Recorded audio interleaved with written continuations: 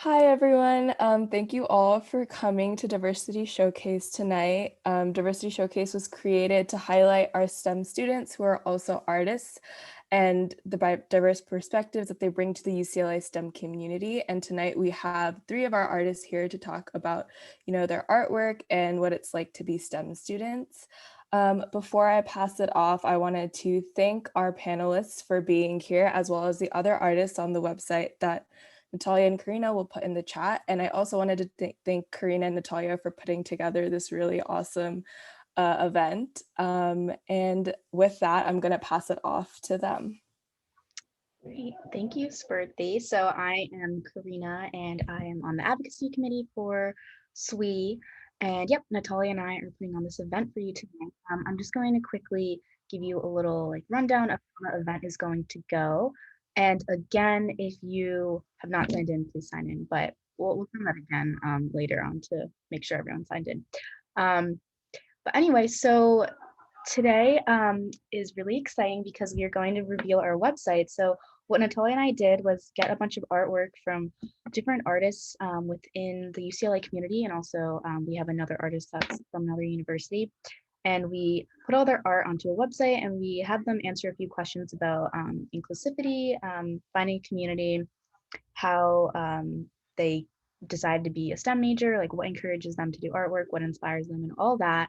And so yeah, we put it all onto a website. It's really cool, and I'm going to show you in about in just a few seconds. But so we're gonna go over that.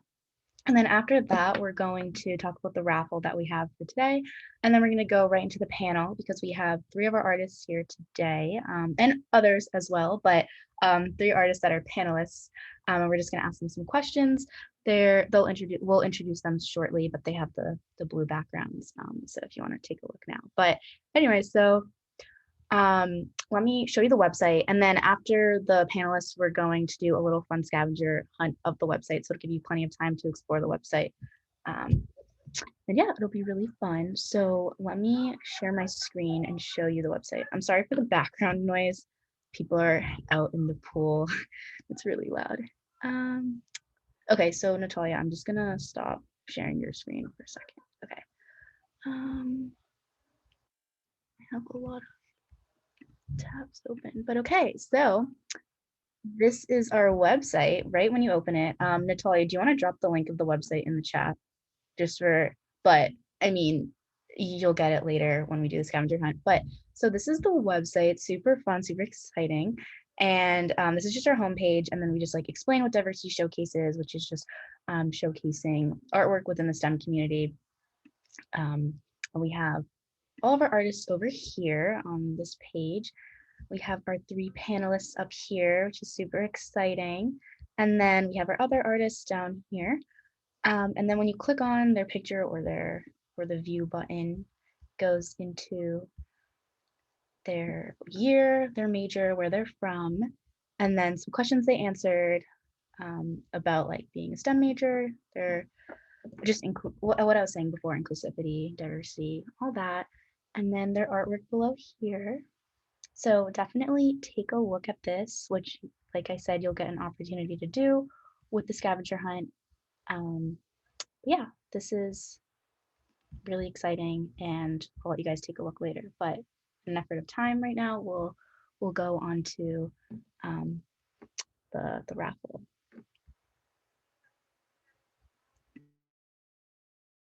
Yes, awesome. Okay, so this is the website link. Again, I dropped in chat, so feel free to browse through it. And then, yes, as we advertise, we'll be raffling off a $20 Amazon gift card. And in this event, we just want to show how appreciative and show as much love as we can to all the participating artists.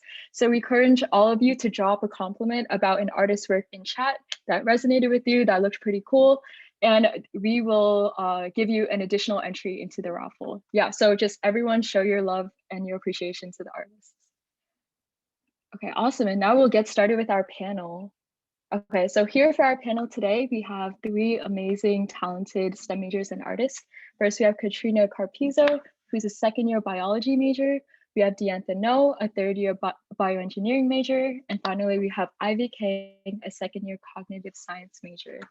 So thank you all so much for joining us today.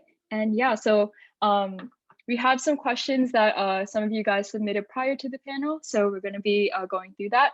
But also in chat, feel free to drop any questions that you have as you look through the, for the panelists as you look through the website. Okay, awesome. Okay, so yeah, let's get started. So yeah, so anyone, yeah, so any of the panelists, so can you guys like explain like how you got into art, like your art journey? So how did you get started? I guess I can start. So my, I guess, like artistic medium of choice right now is like sewing / like making clothes and working with textiles. And so I learned how to do that from a very young age from my dad because he taught me how to hand sew. And it just really like sparked something in me. And so like growing up, I was always like working on little projects here and there and like making fun things. And most of the time it was like alterations to clothes or like little plushies and things. But it wasn't until like very recently, like during quarantine, that like I just had a ton of time to do whatever. And so I started being a lot more serious and like actually going into garment construction and like making like clothes and outfits. And it's just like something that I really enjoy doing and has brought me like a lot of joy. And yeah, that's how I got to where I am today.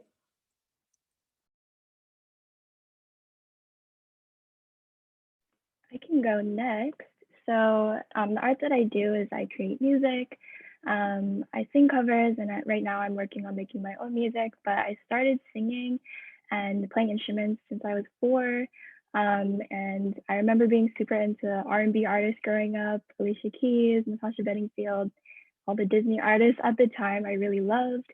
And then growing up, I had to go to like karaoke parties because karaoke is a huge thing in Filipino American culture. So I just remembered loving performing, and starting in high school, that's when I got into instruments, the guitar, the piano.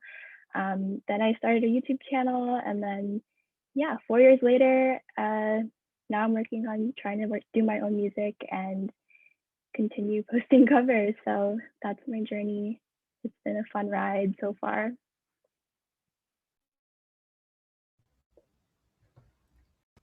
I think like the other panelists, I started drawing from a very young age. Oh yeah, my art medium is more like traditional. Like I would specialize in watercolor, but I'm also kind of doing like digital design now. And I kind of like put art on the side when I came to university because I thought like, oh, like no, no, no, like that was just a little hobby of mine. But I discovered that design can still be applicable in like your career and a lot of things you do. So right now I'm kind of exploring web design and UI UX design um, as a career. So that's where I am. Amazing. So now another question we have is, what encouraged you / still encourages you to be a STEM major?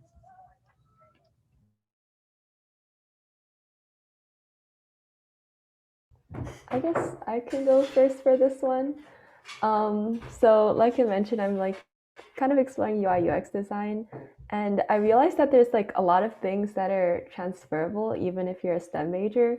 So like a lot of the psychology and like getting people to feel a certain emotion comes from like a lot of things you learn from STEM, whether it's like biology or linguistics or the way people think. So I think it's really helpful to have these skills even when you're creating something that's not directly related to STEM.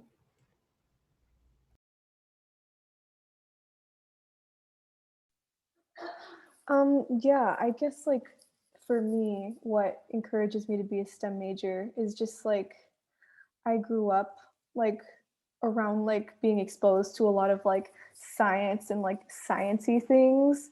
So that was like mainly what interested me in like school and things. And it's a lot of like what I had, I guess, like built my path around growing up, like before coming to college. And so like now being here, exploring bioengineering, it's like, you know, something that while very separate, not necessarily very, but like pretty separate from like what I do for fun, like sewing. It's still like a way for me to like be creative and like work with my hands in like a different field than what I like to do for enjoyment. So yeah, I just like think that being able to like help people and pursue those kinds of like answers that we're all looking for in life is just like really amazing to be able to do as a career. And yeah.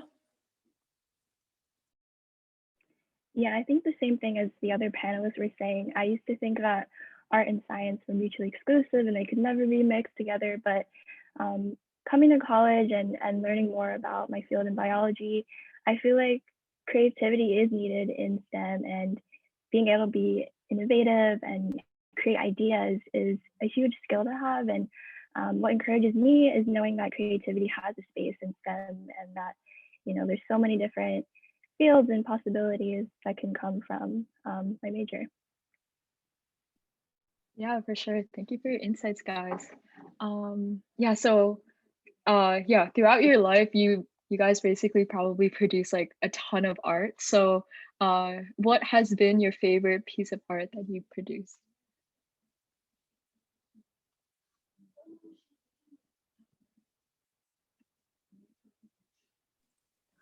If I'm being completely honest, I feel like I don't quite have a favorite. I mean, I know that like there are some pieces that like you enjoy more than others, but I feel like I don't have one that I like the most out of all of them, because I feel like each like thing that you create, you like put like a different piece of yourself into it, and you're kind of like approaching it with like a different intention every single time. And I feel like it makes each thing special in a different way. So I guess like that's what I would say. I don't have a favorite, but like they're all my favorites for different reasons.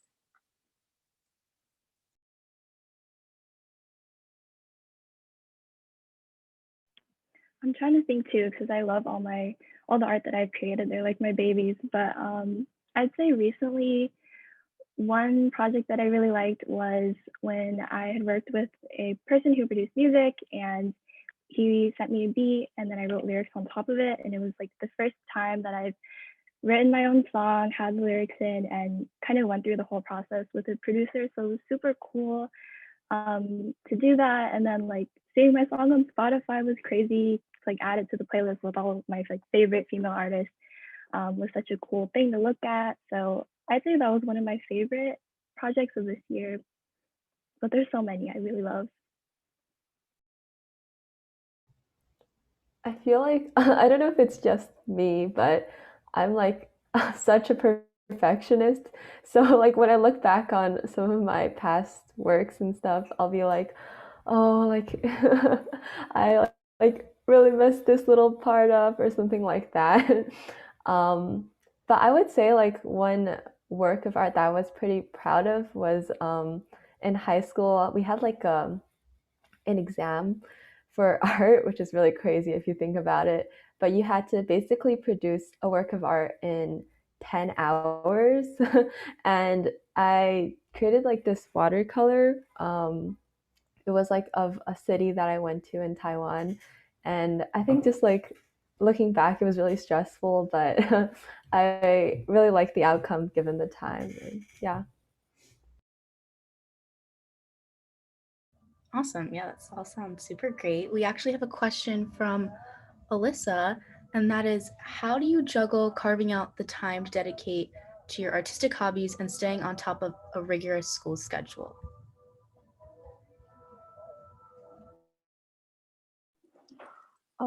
For me personally, I mean, I like make time for both, but I'm like not very on top of either, like at all. It's like usually I'll have periods where I'm like very like focused on like schoolwork, because I don't know, I feel like I have a one track mind, and like if I like have like a goal that I'm focusing towards, like that's the only thing that I can do for until it's done. And so like I'll go through periods of being like very focused on school, like exams, midterms, and all that. And then when I have a little more like downtime in between that kind of stuff, then I start like moving back towards like, or like a break, I'll start moving back towards like my hobbies.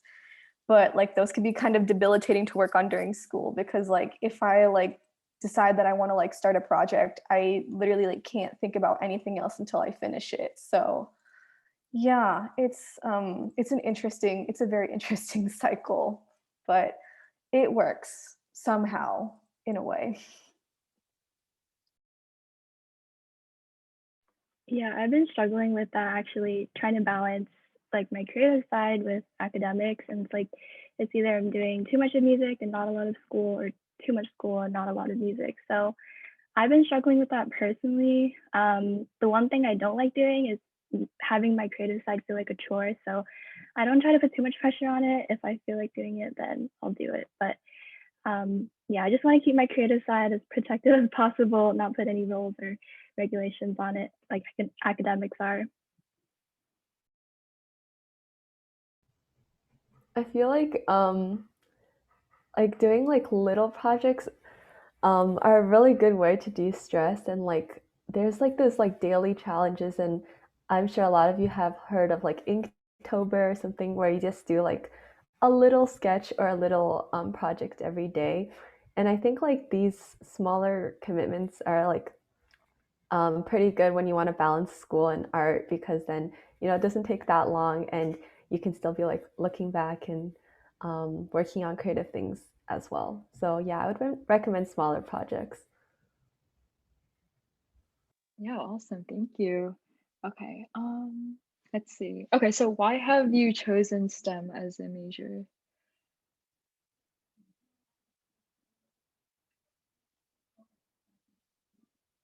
I guess I can go first.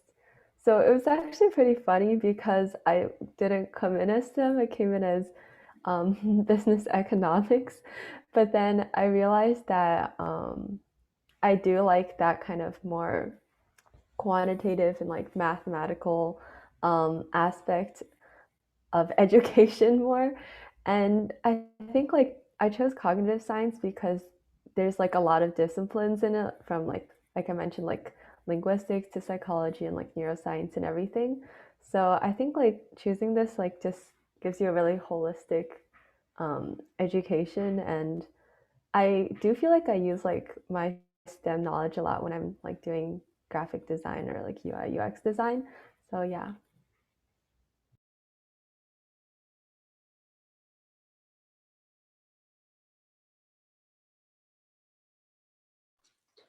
Um, I guess for me, the question was like, why are you a STEM major? Like, right? Or, Yes. oh, okay. Like of all this of majors, I know you kind of touched upon like what encourages you to be a STEM major, but like of all the majors, I guess just like why STEM? And I mean, even specifically, why bioengineering for you? Right. Yeah. I mean, I guess for me with like bioengineering, I've always been like very interested in like biology and like physiology and life sciences especially. But as someone who likes to be in touch with their creative side and like, like use like creative solutions to problems, I felt like bioengineering was a really good fit for that, because I feel like it combines like a lot of different like disciplines into one. And so like I get to learn about a lot of different majors and like subjects and be able to like apply them on a different application. So I found that really engaging, and it's just like it's stuck ever since, and I really enjoy being here. Yeah, so for me, I chose to be a bio major. So it's like a very common story because I really liked it in high school. But actually, I'm thinking of switching majors to neuro because of a past class I took that focused more on the brain and like the mechanisms behind like signaling and all of that like nerdy stuff. So yeah, I just love going into neuro because I don't know, I just feel fascinated every time I hear about the subject and all the discoveries that are being made. So yeah. Yeah, I love hearing how people chose their major. It took so long to figure out my major. I mean, I still possibly could change it, but we'll see. Okay, next major. Again, going off of just being a STEM major, what has been the biggest challenge that you've experienced as a STEM major?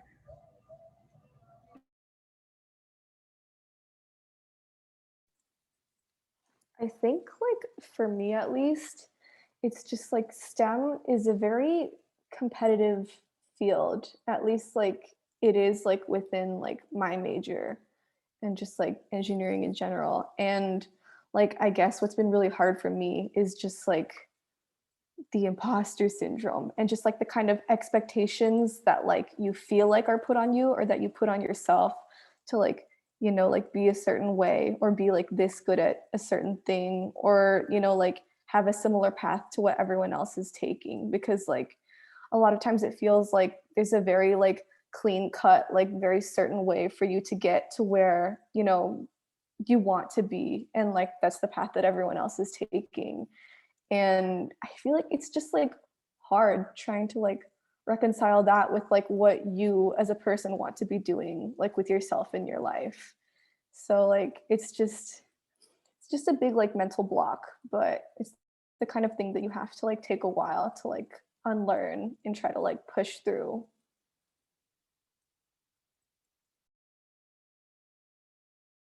Yeah, I have to also agree. I think imposter syndrome is a huge thing, especially when you first come as a freshman and you're with like 700 kids and you're like, you know, the doubt starts to sink in until, you know, you sort of find your groove throughout the classes. But I think imposter syndrome has been a struggle, especially because there's a facade that everyone around you is sort of doing 110%, but then again you have to remind yourself that, you know, you're running your own race, and also, you know, don't forget to congratulate yourself in your progress, because I think that's a huge thing to be proud of.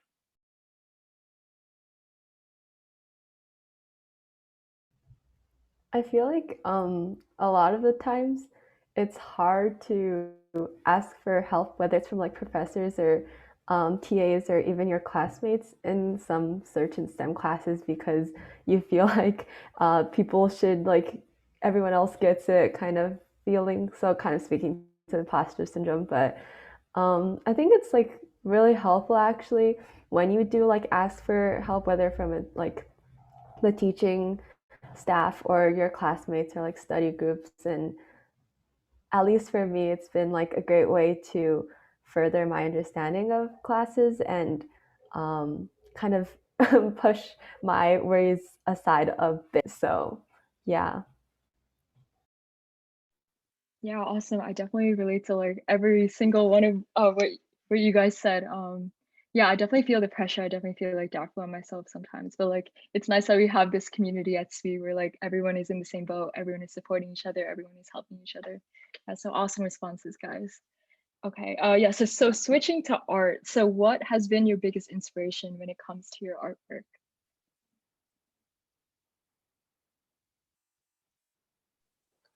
I think that for me, as like someone who likes to make clothes, it's gonna sound like really like stupid and generic, but I literally just like to browse on Instagram and look at all those like trendy Instagram boutiques and like, you know, I see a cute shirt and I want to buy it, but then I tell myself I could literally make that, and then I make it, and it's just like so fun and so simple, and I love it.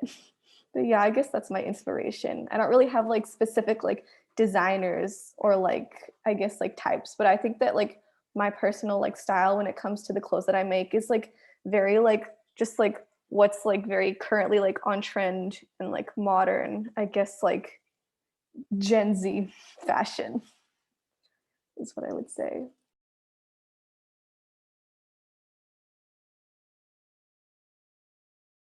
I think for me I go on Dribble a lot. It's like this. It's kind of like Pinterest for artists, and there's like a lot of like really talented designers, and it's like not just like graphic design, but also like packaging and illustrations. And I just look at it and I'm like, wow, this is so cool. I also like create a lot of art based on like just like aesthetic things I see maybe or like past experiences. It's like, you know, all those pictures you take on a trip, like, you know, you can put it into a painting or a drawing or something like that. Yeah, I get inspiration from other people's artwork actually. So I'm always listening to music. Discover Weekly on Spotify is like my thing. I love hearing all the new textures that people are experimenting with, and the colors that people choose to put in their music. So yeah, I just make so many playlists and listen to them on repeat, and then whatever resonates with me is usually sparks my inspiration to create art. Yeah, it's super cool. Everybody draws inspiration from so many different places, and super cool to hear from where. I've never even heard of Dribble, so that's super cool. Okay, and then I know Ivy touched upon this, but do you see yourself going into an artistic career post grad at some point, or like combining, STEM and art somehow, or just like anything related to art, like making it more of your career rather than just your hobby?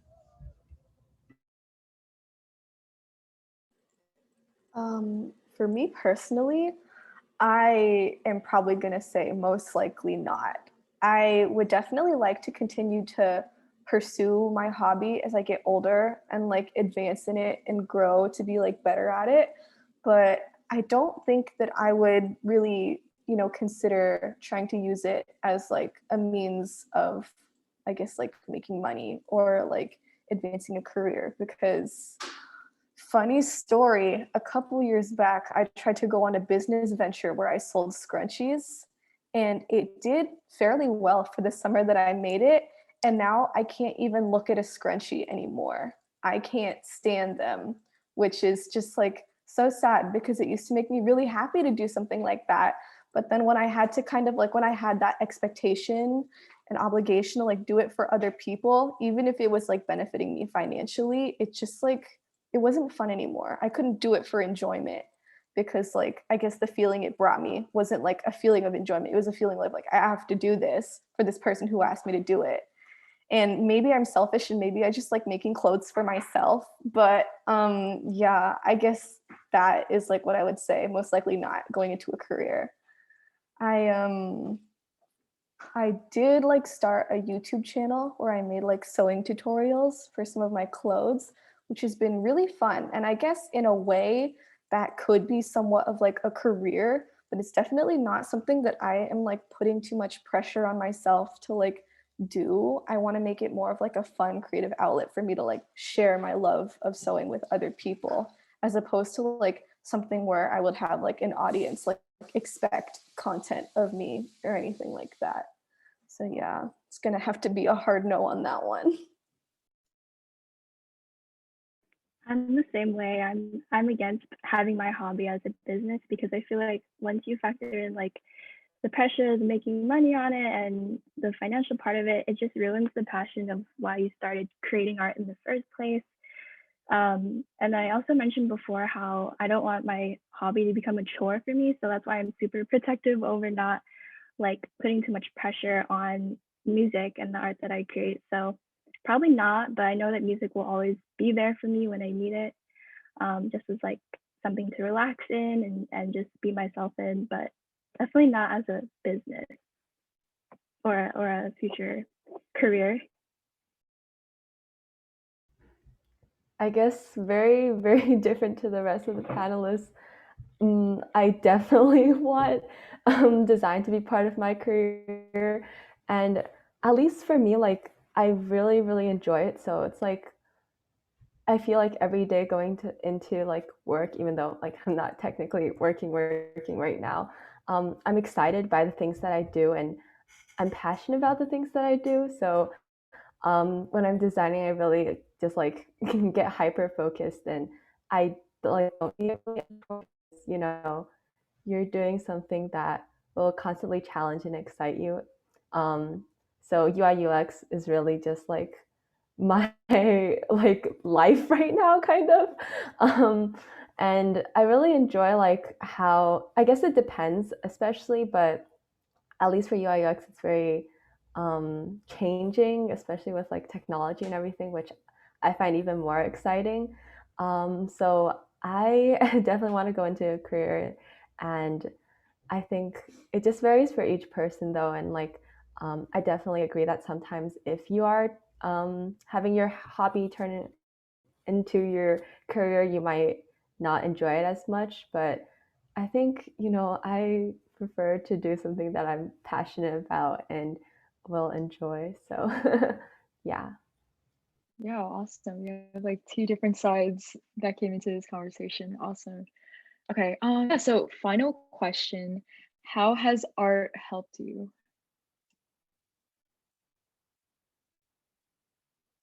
Could be emotionally, mentally, um, just like you.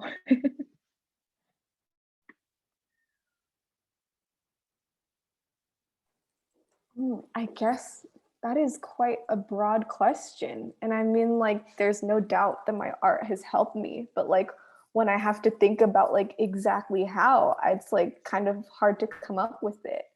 But I mean, I guess for one, like, my art has like given me like a creative outlet to like explore, the hobbies that I am interested in but that don't necessarily align with like school or like my career, and just like being able to have like that space to like create without any expectations except for the ones that like I give myself is just like really nice and freeing and like therapeutic, I'd say. And like, as someone who doesn't really want like what they're passionate about to necessarily align with like what they want to do for money, then like it's great for me to like have that like opportunity to do something like that. Yeah, I have this saying where music is healing. And so that's a form of like therapy for me, is like listening to music and hearing certain songs that help me get through the hard parts of life. So music has helped me heal, mentally, and has helped me get through some difficult times. And yeah, I think the goal for me as someone who creates music on the side is to not only provide healing to the people who listen to my music, but to also, you know, well, yeah, just to help people through my music. And if I could heal them in any way, shape, or form, I feel like that's an accomplishment. So yeah, music is healing. I don't really know actually. Um, I feel like the main thing that has helped me is it's really trained my patience and my like attention span. Since I think it's like especially with online classes and stuff, I find myself like and a lot of people around me are like constantly getting distracted. But when you like draw and you really like just put a lot of your attention and you're not distracted into like a work, I think it does translate into other things that you do, whether it's like homework or watching lectures or doing stuff like that. So, yeah, I think it's really helped me in that way. Hey, thank you guys so much, panelists. You guys were awesome, gave great answers to these questions, and I loved hearing about them. So thank you so much. Yeah, we really appreciate you, especially for coming here on a Wednesday night during week 9. And also thanks for all of our attendees for being great listeners. And yeah, really appreciate you guys being panelists and also being part of our website. Also, all you other artists who are here, really appreciate you guys as well. Just like, I'm just going to plug an event here just because this is like a diversity showcase event, and there's an event that I'm also working on for another club called Bruin Entrepreneurs, and I thought it was great for artists starting out, or even like if you're not starting out and you just really like art. It's called Designathon, and it's happening through Bruin Entrepreneurs. And I'll just like drop the website here just because I think it would be really beneficial for all of you guys who are here. I am not an artist at all, but they really help beginners, and I just think it's really cool. It's at the end of week 2 of spring quarter, and you just apply. It's a short app, and I'm just going to drop the link here. I just thought it would be a cool event to get you guys interested in looking at. And yeah, it's really cool. Just check out the website. The website's beautiful as well. Super fun event. And it's just the weekend, and it's not like a 24, like you don't need to be like on Zoom for 24 hours or anything, but really cool workshops and everything. And yeah, I think it's really worth it. So check that out. But I'm gonna let Natalia now go into the scavenger hunt. Thanks again, panelists. You guys were great. And yeah, Natalia, take it away. Okay, awesome. Yes, thank you, panelists. To be honest, I'm not an artist either, just like Karina. So I definitely learned a lot more about kind of like the artistic perspective and like how to juggle like STEM and art. Yeah, so very, very nice conversation. Thank you all. Okay, yeah, so we're gonna get right to the scavenger hunt. So yeah, so me and Karina, we curated, I think 12 like scavenger hunt hints. So we want you guys to explore the website, find the answers. So we're gonna break you guys off into around groups of 4. So you guys are gonna work together and find the answers. So we'll put you guys in breakout rooms, and then once you guys have found all the clues, we're going to reveal the answers, and then the first team that came back and gets it all right gets an additional entry into the raffle. Awesome. Okay, so